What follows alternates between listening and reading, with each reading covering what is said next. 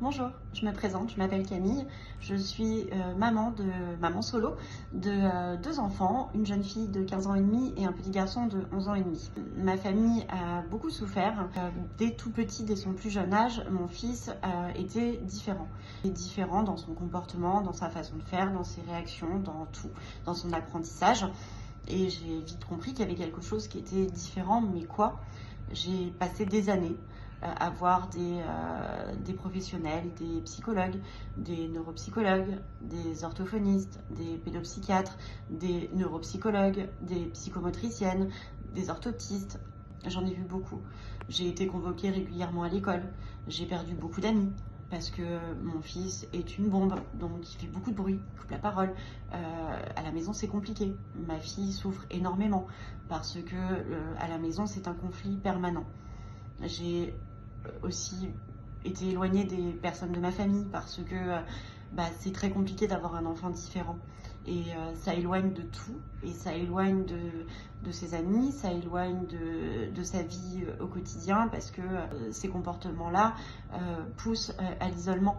Le fait de ne pas être compris, de perdre confiance en soi, d'être triste, de se battre, d'être toujours seul et archi seul au fond, parce que même si on est accompagné de professionnels, même si on est accompagné de médicaments, au bout d'un moment on se sent dépassé et on se sent coulé, plus maîtrisé, et on se sent profondément perdu.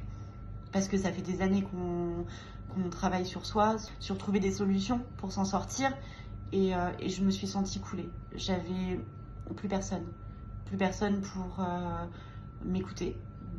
Séparation avec mon conjoint, décès de ma maman, moins de relations avec ma famille, tout simplement. Personne ne supporte mon fils. Et au fur et à mesure, on est un peu exclu socialement à l'école. C'est très compliqué. Décrochage scolaire d'un enfant qui a 11 ans et demi, on n'y croit pas un instant, mais quand on le vit, c'est compliqué.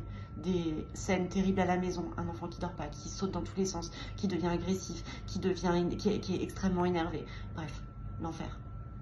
L'enfer, et je me suis retrouvée vraiment, j'aime pas cette expression, mais au fond du trou. Je pouvais plus sortir, je pouvais plus parler, je suis tombée malade, j'ai été hospitalisée et je me suis sentie seule et archi seule, et je me suis sentie désespérée. J'avais plus aucune solution, des années de lutte.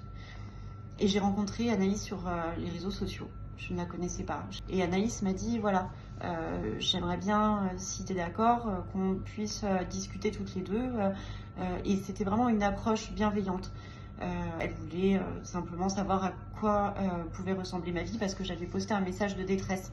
Parce qu'elle demandait qu'est-ce que ce serait si on avait quelque chose qui pouvait nous rendre heureux. Et moi, je voulais juste être bien avec mes enfants et juste qu'on aille bien tous les trois. Et elle a senti mon désespoir, et donc on a eu cet entretien qui était un entretien gratuit et qui était un entretien d'échange. Et cet entretien a duré, je crois, 1h30, 2 heures même.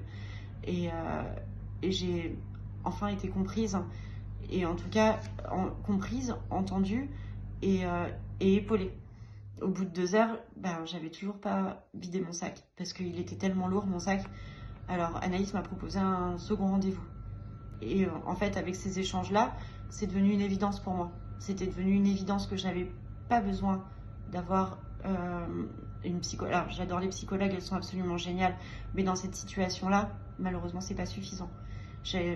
On a besoin d'une écoute, on a besoin d'une épaule, on a besoin de quelqu'un avec de l'empathie, quelqu'un avec des clés. Alors en fait, le travail, on est les seuls, nous, les mamans solo ou les mamans tout court, à pouvoir le faire. Mais à un moment donné, on n'a plus aucune clé, on n'a plus rien, on n'a plus aucune guidance. Et c'est là que j'ai compris à quel point le coaching était une clé pour commencer un nouveau travail sur moi, qui probablement changerait aussi beaucoup de choses à la maison.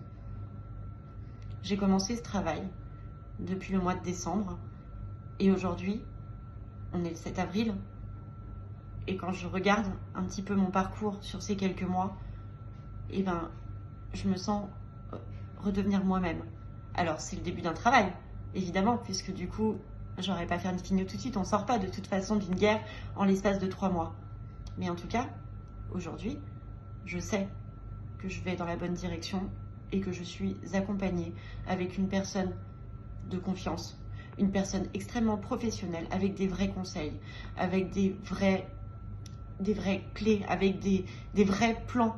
Elle a toujours des idées, des choses pour accompagner et de la guidance. Et aujourd'hui, la guidance, dans une situation comme la mienne, c'est ça dont j'avais besoin.